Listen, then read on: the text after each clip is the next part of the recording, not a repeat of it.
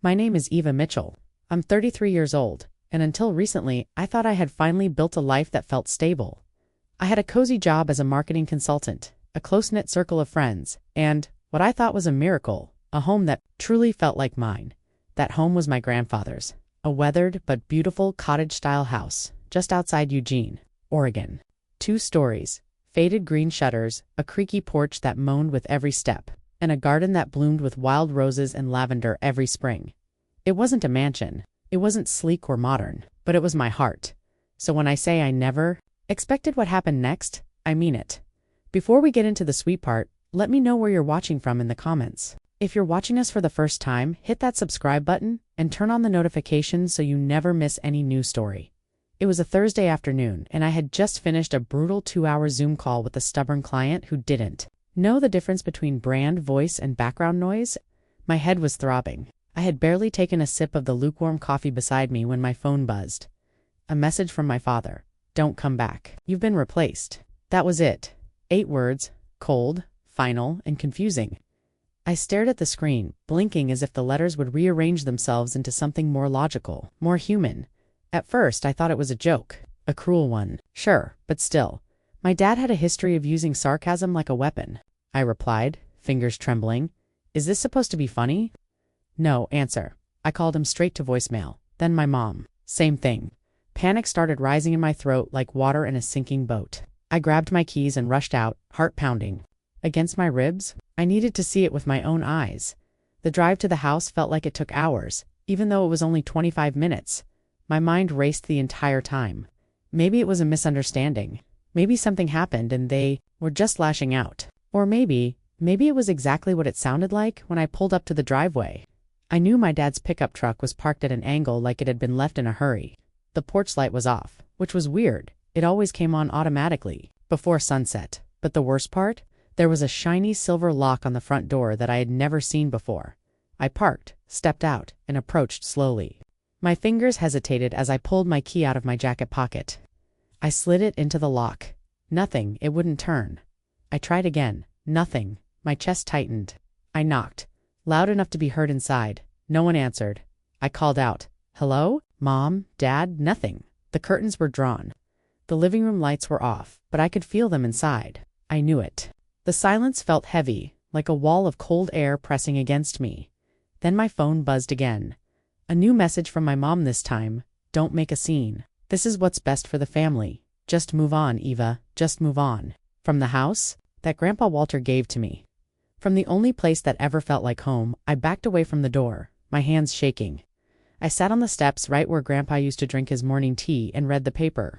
The wood felt colder than usual. Maybe it was just me. Maybe it was everything. A million thoughts raced through my head. How could they do this? Why now? I hadn't even had a fight with them recently. Sure, things had been tense since Grandpa passed, but this. I remembered the will reading like it was yesterday. It had only been 6 months ago. My parents thought they'd get the house. That's what they assumed. My mom even brought a folder with renovation plans and budget estimates. But when the attorney read the will and said, "I leave the full rights of the property at 423 Riverstone Lane to my granddaughter Eva Mitchell," the room went silent. My dad's jaw clenched so tight, I thought he'd crack a molar. I wasn't gloating. I hadn't even expected it. But Grandpa's letter made it clear. Eva sees this house not as a building, but as a memory. She won't sell it. She'll protect it, and I did. Every weekend I repainted walls, fixed cabinets, and scrubbed years of dust from the attic. I didn't just move in. I took care of it, preserved it, honored it. Apparently, that made me the enemy as I sat there on the porch, trying to keep from crying in public. I thought about the small things the garden Grandpa loved. The bookshelf in the study I built for him the year before he passed. The window seat where he used to nap with our old tabby cat, Spud. All of it was now behind a locked door. They'd shut me out of my own memories.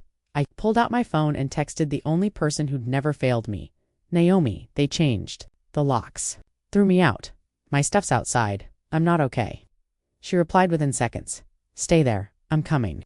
Naomi didn't ask questions. She didn't need to. We'd been friends since college, and she had witnessed every strained family holiday, every passive-aggressive jab my mother made, every silent dismissal from my father. She knew. While I waited, I noticed something at the side of the house. 3 large trash bags, stuffed and tied. I stood up, heart racing, and walked. My breath caught when I opened the first one. My sweaters. My shoes. The scarf Grandpa bought me during our trip to Cannon Beach. The second bag held my toiletries, half-used shampoo bottles, a shattered perfume bottle, and a dented metal box with my initials scratched on top.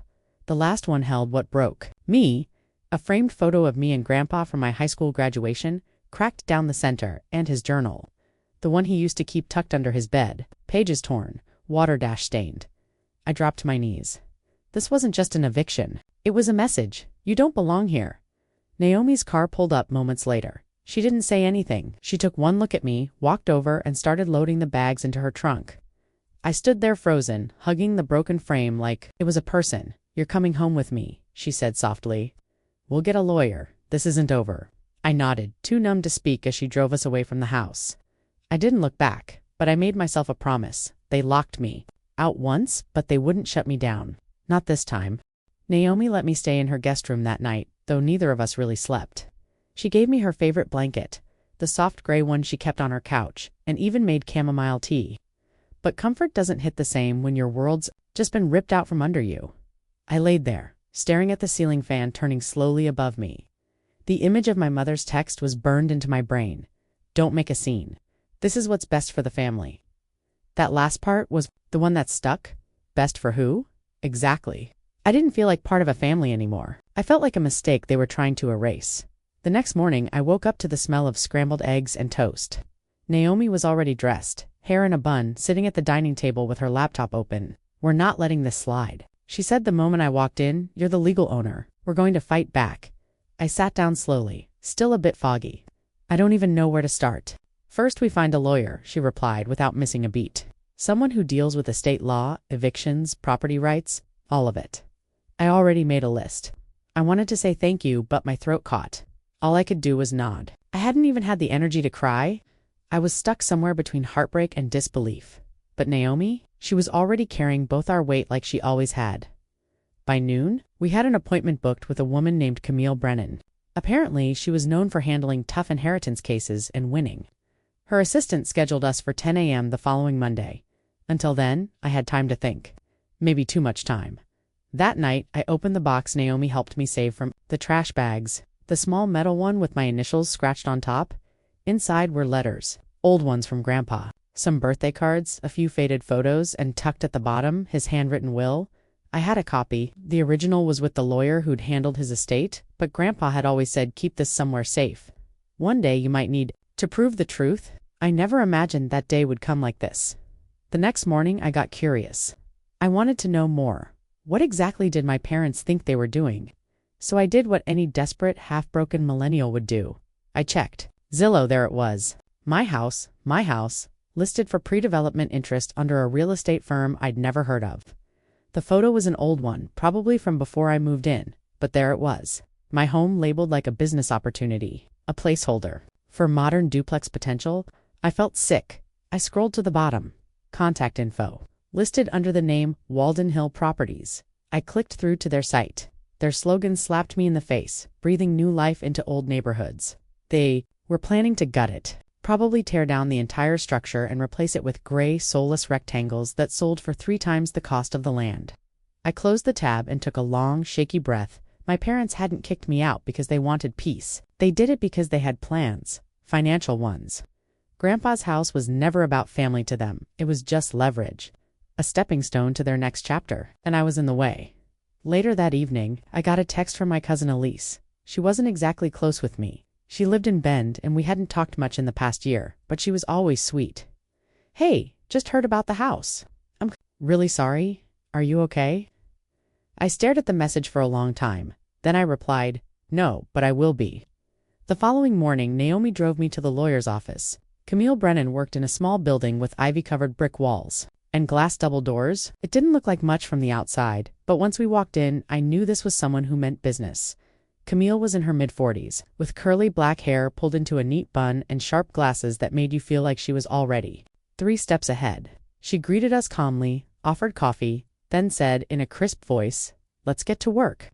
I told her everything, from the will reading to the lock change, from the trash bags to the text messages. I handed over my copy of Grandpa's will. The photos of my belongings dumped by the porch and the Zillow listing showing the real estate development label. Camille listened without interrupting. She took notes, her pen clicking with every bullet point. When I finished, she leaned back and said, "Eva, this is a textbook case of illegal eviction. They changed the locks without a court order. That's already a violation. On top of that, you're the legal owner of the property. What they've done isn't just wrong, it's criminal." Naomi let out a quiet, victorious hum. "I finally felt like someone was taking this seriously," Camille continued. "We're going to file for an emergency injunction to get you access back. At the same time, I'll draft a cease and desist letter for your parents. They're trespassing on your property. We'll also request damages for emotional distress, lost property, and financial impact." "Will they try to fight it?" I asked. "They might. But the law is on your side," she said matter-of-factly, "and we'll make sure they know it." That afternoon, Camille submitted the paperwork. The legal wheels were officially turning, and, for the first time in days, I felt like I could breathe. But peace didn't last long. The very next morning, I got a call from an unknown number. I hesitated before answering. "Eva Mitchell?" the voice asked. "Yes, this is Officer Denton with the Eugene Police Department. We've received a theft report filed by Dennis and Catherine Mitchell. They claim several valuable items have gone missing from their residence at 423 Riverstone Lane." I nearly dropped the phone. "They're saying I stole something from my house." "I'm just following up on the report, ma'am," he said politely. "You don't need to respond right now, but if you'd like to provide a statement, you can do so at the station." I hung up and immediately called Camille. She was already one step ahead. "They're trying to build a case against you," she said. "Intimidation tactic. Don't worry, we'll add it to the complaint. False reporting." My hands were shaking again. I hadn't even stepped foot inside the house since the locks were changed. But they weren't just trying to steal my home anymore. They were trying to paint me as a criminal. That's when the numbness finally broke. I cried. Not loud, not dramatic. But the tears came quietly, steady and uncontrollable. Naomi sat beside me and pulled me into a hug. "They're not going to win, Eva. You have the truth. You have the law. And you have people who care." I didn't respond, but inside, something shifted. They could throw me out, lie about me, report me, smear my name, but they couldn't break me. Not now. Not anymore. I had just stepped off the plane at Portland International, exhausted but proud. 3 days in Seattle, endless meetings, late nights, negotiating. But it all paid off. I landed our biggest client of the year, $700,000 deal. Signed, sealed, and my boss even texted, "You're a powerhouse, Eva. We're lucky to have you." That meant the world to me. All I wanted now was to go home, throw off my blazer, and bake something sweet. That was my ritual when things felt good. Celebration by cinnamon. I texted Naomi the moment I left baggage claim. "Back in town? Cupcakes this weekend?" She replied with a flurry of heart emojis and a giant yes. I smiled, hopped into my rideshare, and leaned back against the seat. Light drizzle hit the window, and I closed my eyes for a second, thinking about how nice it would be to see the warm lights of my grandmother's house again, my home, the one place where I could breathe. But when I got there, something felt off. I stepped onto the porch and reached for my keys, feeling around in my bag. The wind picked up a little.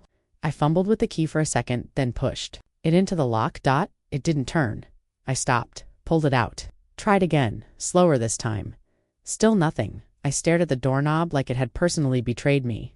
My stomach dropped. I looked around. The porch light was off. The curtains drawn. No one inside. I tried the lock again, jiggled it, knocked. Nothing. That's when my phone buzzed. "The locks have been changed. You don't live here anymore."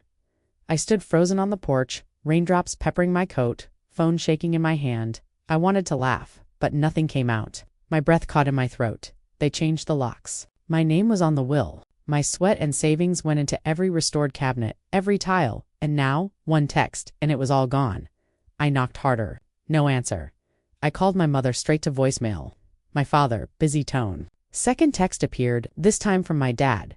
"Don't make a scene. It's for the good of the family." The words blurred. The rain blurred. Everything felt like static. I dragged my suitcase to the back gate, hoping maybe the spare key still worked or someone would come out. The gate was chained shut with a gleaming new padlock. Then I saw them. 3 black trash bags shoved under the awning by the shed. My breath quickened.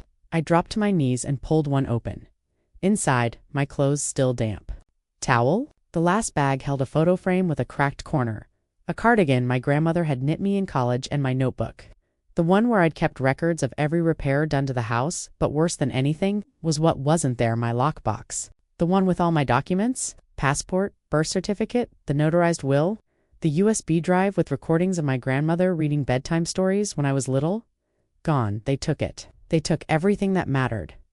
I sat there in the rain, surrounded by garbage bags of my life, and felt like the ground might swallow me. My fingers were trembling when I called Naomi. They did it, I whispered. Hoarse, they locked me out. My stuff's outside. They threw it all out like trash. She didn't hesitate. Up. She stepped out with a giant umbrella and didn't say a word, just helped me load the bags into the trunk. Her eyes were fierce. You're not sleeping here tonight. You're coming to my place. We'll deal with this tomorrow. And I know just who to call. Naomi worked in marketing, but her older cousin Celeste was a lawyer. Not just any lawyer. Celeste Ford, sharp as a blade, and had a reputation for going after unethical landlords and winning. Naomi called her on the drive over. You're not going to believe what they did to Eva. You need to meet her tomorrow, please. We sat on her couch that night in silence. I couldn't even cry.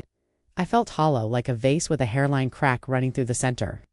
Naomi handed me a blanket and tea. You're going to fight this, she said quietly. You're not alone. Her firm was in a renovated brick building downtown. Her office was sleek. No flowers, no soft corners, just shelves of case files and framed winds. When she walked in, she didn't smile, but she looked straight at me with eyes that made me feel seen. Eva Sinclair. I nodded. Yes. Sit down and tell me everything. I started from the beginning. From my grandmother's will to the renovation, the growing tension, the threats, and finally, the lockout. I handed over what I had. Copies of the will, pictures of the trash bags, the text messages from my parents. Celeste didn't interrupt. She wrote notes in a crisp black notebook, underlining things like no court order and missing heirlooms. I finished. She leaned back. They kicked you out of property you legally own. That's an illegal eviction. And withholding your documents? That's a problem. I nodded. I figured. But what can I actually do? We'll file an emergency injunction to restore access, she said, flipping through a form. A lawsuit? Unlawful eviction? Emotional distress? Theft of personal property? We'll hit them with everything. Then she paused. There's something else. She reached into a file drawer and pulled out a thin envelope. I called a friend in the clerk's office after Naomi's call. Turns out your parents submitted a pre-filing notice, claiming you took family heirlooms and legal documents. Their goal is to undermine your credibility before we get to court. If they paint you as unstable or greedy, it weakens your ownership claim. I sat back in the chair. Flipping the script, I whispered. They want me to look like the villain. Celeste nodded. That's why we move fast. I'll notify the court and file a protection motion. Everything goes through me. She handed me a pen, ready to fight for what's yours. I looked at Naomi. She gave me a nod, her eyes shining with quiet rage. I signed the document. That night, I stayed up late in Naomi's guest room, staring at the ceiling. I wasn't scared anymore. I was furious. Lie to the police and dump my life in the rain. But they underestimated something powerful, me. I wasn't going to back down. This wasn't just about a house. This was about the truth, and I was ready to bring it all to light. The next morning, I woke up on Naomi's couch, surrounded by the familiar scent of fresh coffee and cinnamon. Her place had become my temporary safe haven. And though my body was still stiff from stress, my heart felt lighter just knowing she was around. Naomi had always been my anchor, the kind of friend who didn't ask too many questions but still made you feel heard. She slid a mug across the table and gave me a look. You ready to freeze a monster deal today? She said with a sly grin. I blinked, confused. What are you talking about? She pulled out her phone and handed it to me. On the screen was an email forwarded from a neighborhood source Naomi had kept in touch with for years, someone who worked in local property development. The subject line read, Confidential pending property acquisition -431 Ellery Street. That was my house. I read through it slowly. My heart dropped when I saw the price. $550,000? My mother and stepfather were deep in negotiations to sell my grandmother's house, the one I inherited behind my back.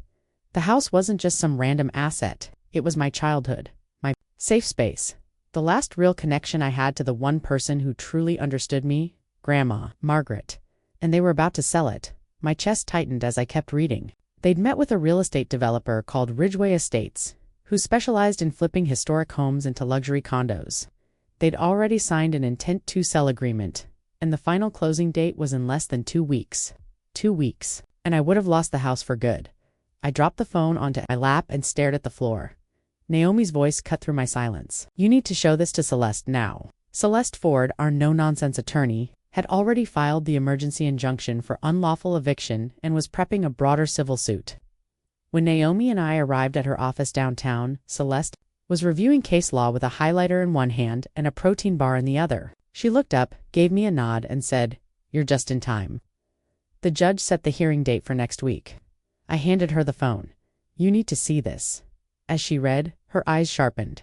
Well, she muttered. "This changes everything." She leaned back in her chair and let out a long exhale. "They're not just squatting, they're trying to sell it. That's real estate fraud. If the house title is still legally under your name, this deal is dead in the water. Can we stop it?" I asked, my voice a little shaky. She nodded, already opening a new document on her computer. "Absolutely. We'll freeze the deal today." Celeste explained how we'd file a motion to notify the county clerk and property assessor's office of an active legal dispute regarding the title. Then, we'd send a cease and desist letter directly to Ridgeway Estates, informing them of the situation. If the developer proceeded, they'd be stepping into a legal storm. Naomi and I exchanged a glance. I felt like breathing again. "So, they can't close the deal, no?" Celeste said. "In fact, if they try to push it, we can name Ridgeway in the lawsuit too. But the key is speed. We get this in motion now." By noon, Celeste had filed the motion. We drove to the county records office with notarized documents in hand. I watched her command every interaction, calmly explaining the urgency of our claim. One of the clerks said, "Wow, this is the second time someone's filed a title challenge on that house?" "Second," I asked. He nodded. "Yeah, a few months ago, someone tried to claim the house was part of a family trust. It got rejected. Said the records didn't match." Celeste pulled me aside. "That must have been their first attempt, trying to move ownership through a fake trust to sell quietly." I felt sick to my stomach. My own family had been laying the groundwork for months, maybe even before Grandma passed. They never planned to honor her wishes. They were just biding their time. Later that day, we emailed Ridgeway Estates with the legal documents attached. Celeste didn't mince words. Her email read, "To whom it may concern.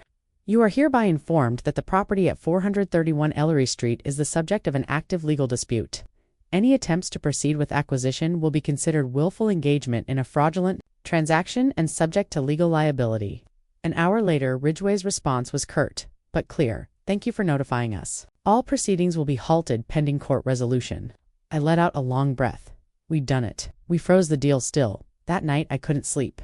I kept picturing my grandmother's face, soft and warm, telling me stories on the porch swing, her fingers brushing my hair behind my ears. She fought so hard to leave me that house. Not for profit, but for peace. And now I had to keep fighting for it.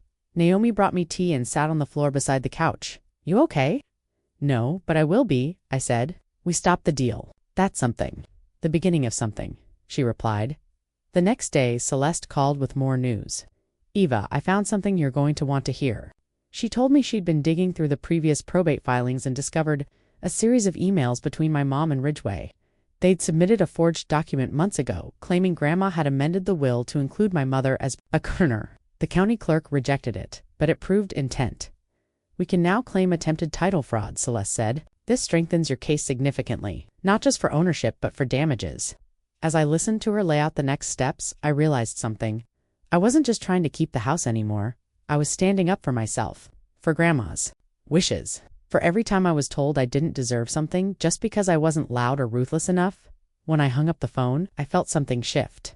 Not confidence exactly, but a growing fire. One that said, "You will not be erased, not this time." That evening, I sat with Naomi at her tiny kitchen table. We ate leftovers and played an old jazz record Grandma used to love.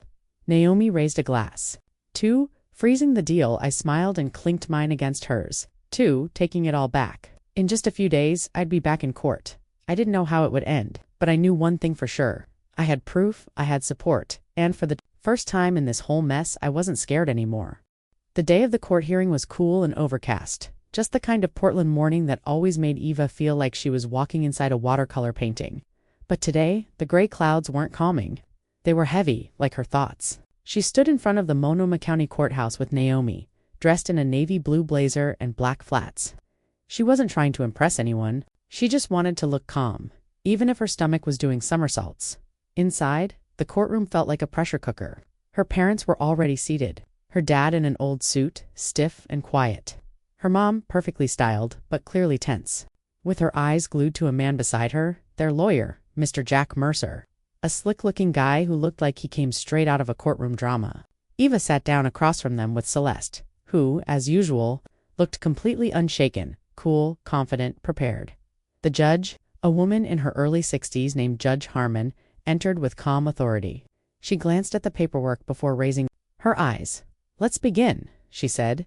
Jack Mercer opened with a polished argument. "Your Honor, my clients only want to protect their family's legacy. The house in question has been in the Ashcroft family for generations. They're concerned that it's now being misused, possibly sold off, and that the original will was compromised by undue influence." Eva stared at him. He said that like she was some outsider, like she hadn't spent every summer sweeping that porch, learning to bake pies in that kitchen, and hiding in the linen closet during family fights. Celeste stood. "We have a notarized will clearly leaving the house to my client, Eva Ashcroft. It includes a personal letter and audio evidence from the deceased, confirming mental clarity and intent. The opposition's accusations are baseless, and we have reason to believe they are motivated by greed, not concern." She clicked her laptop and Grandma Dorothy's voice played for the entire courtroom. "Dorothy Ashcroft am of sound mind and freely leave the home to my granddaughter Eva. She understands what this house means." Then came the audio of her parents arguing with Dorothy about selling the property. Her mother's voice cut through like a knife. "We've already lined up a buyer, Mom. You don't need this big house." Ava's dad, "You're being unreasonable. Let us handle it." And finally, Dorothy, firm and unwavering. "I'm not selling. Eva gets the house." Judge Harmon's eyes flickered, but she remained composed. "Continue," she said. Celeste handed over a folder. "These are emails between the defendants and a real estate firm, dated before Dorothy Ashcroft's passing, and a notarized copy of the will, alongside images of personal belongings thrown outside the home after the illegal lock change." For a moment, no one said anything. Ava's mom shifted uncomfortably. Her dad looked down. Jack Mercer took a deep breath and tried to pivot. "Your Honor, these are all emotional interpretations. The real concern is that my clients are being unfairly excluded." Judge Harmon raised her hand. "Mr. Mercer, let me stop you right there." She looked down at the photos of the garbage bags, the text messages, the court filings. "This is not a matter of interpretation. What I see here is an illegal eviction of a legal property owner." Her words sank in like cold water, double quotes. "Ms. Ashcroft," she turned to Eva, "I'm approving your injunction. You are entitled to return to the property immediately. Your parents will stay no less than 200 feet from the home without written permission. And I expect full compensation for any damages and legal costs. Is that understood?" Eva nodded, heart pounding. Her mom stood up suddenly. "This is a disgrace. She's tearing this family apart over an old house." The judge didn't flinch. "You may sit down, Mrs. Ashcroft, or you can be escorted out." Ava's mom slowly lowered herself into her seat. Lips pursed tight. The hearing wrapped up, but the emotions didn't. Outside, Eva hugged Naomi tightly. "Thank you," she whispered. Naomi smiled. "You fought for what was right. I'm proud of you." That afternoon, Eva returned to the house with a locksmith and a sheriff's deputy. The place felt colder than she remembered, like it had held its breath waiting for her to return. The furniture had been rearranged. Her grandmother's framed embroidery was gone. The bookshelf was missing 2 full rows of photo albums, but Eva didn't break down. She walked into the kitchen, opened the drawer where Dorothy used to keep tea towels, and smiled when she saw the faded yellow one with daisies still there. She clutched it in her hand like a lifeline. Over the next few weeks, she worked day and night restoring what she could. Naomi and 2 of her friends, both interior designers, offered to help. They repainted the living room in warm tones. They scoured vintage stores for pieces that felt like Grandma's spirit. Eva found a second-hand wooden armchair almost identical to the one Dorothy always sat in, and slowly, the house began to feel like home again. Eva didn't want it to just be a house with history. She wanted it to be a space that gave back. She turned the sunroom into a mini gallery. She called it the Ashcroft Room and filled it with local artwork, old family photos, and handwritten notes from Dorothy about the house's history. The first weekend it opened, neighbors who hadn't spoken to Eva in months came by. Some brought flowers. One older woman said, "I knew your grandma. She'd be proud." Eva just smiled, blinking back tears. A few days later, Eva got an unexpected visitor. Ryan, her brother, stood at the front door, a photo frame in hand. "I found this in the attic at Mom and Dad's," he said softly. "It's Grandma's photo from her 80th birthday. I thought, you should have it." Eva took it and stared at the worn wood, the way sunlight lit Dorothy's face. "Thank you," she said. "I'm sorry I didn't speak up earlier," Ryan added. "I didn't agree with them, but I didn't know how to go against them either." Eva looked at him. "You know where I stand now," he nodded. They didn't hug. But in that silence, something shifted. Not forgiveness, not yet, but the first step toward something better. Over the next few months, the house blossomed into more than a home. Eva hosted workshops for young artists, held photo exhibitions, and welcomed neighbors who wanted to share stories of their own. Every Friday, she brewed tea in Dorothy's old kettle and sat under the porch lights with Naomi, laughing and healing. Her job at the media firm continued, but Eva found she no longer needed it to define her. Her worth wasn't tied to a promotion or a paycheck. It was here, in the house she saved, in the people who came, and in the way her grandmother's legacy lived on. Every year, Eva received a birthday card from her mother. No return address, just her name and a short message. No apology, just silence. She kept them all, stacked neatly in a box labeled Boundaries. But it was Aunt Loretta, Dorothy's old friend, who became the surprise blessing. They spoke every week, usually about old times, sometimes about nothing at all. Loretta had been entrusted with a few of Dorothy's personal journals, which she slowly began sharing with Eva. One entry read, "Eva is the kind of person this house needs. Not someone who sees bricks and price tags, but someone who sees stories in the walls." That winter, Eva printed that quote and hung it in the Ashcroft room, right next to a black and white photo of Dorothy sitting in the garden with a book in her lap. Underneath, a small plaque read, "Some homes are built from love, not lumber." And every time Eva passed it, she whispered, "You were right." I didn't back down, because she didn't, and she never would again. Thank you for watching. Don't forget to like, share, comment, and subscribe to the channel for more of these stories.